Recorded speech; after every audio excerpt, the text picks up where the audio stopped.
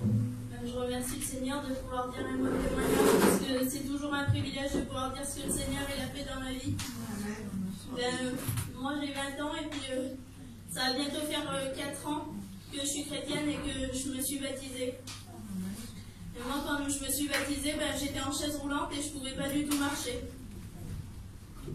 Mais tout le monde pensait que j'aurais pu venir pour la guérison.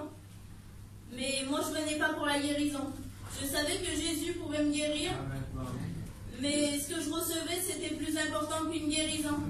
Je recevais la paix, je recevais l'amour et je recevais le salut de mon âme. Et je comprenais que sans Jésus, je ne pouvais pas avoir l'éternité. Et après, j'ai commencé à demander la guérison. Mais le Seigneur, il m'a parlé.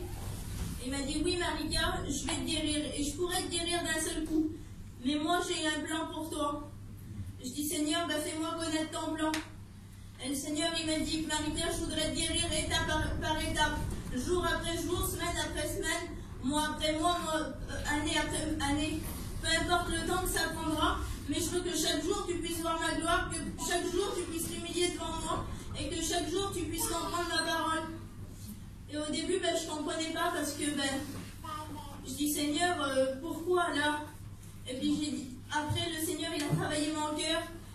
Et il m'a fait comprendre que ses projets à lui, étaient plus grands que mes projets.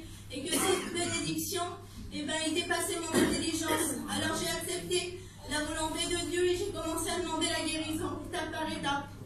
Maintenant, la chaise roulante, je la prends pratiquement plus. Je marche avec le déambulateur. Je sais que le Seigneur, il n'a pas fini son œuvre. Parce que ce qui commence, il finit. Parce que ce que je dis, s'en va de l'accomplir. Maintenant, j'ai mon permis de conduire. Je peux aller témoigner de la gloire de Jésus dans les églises.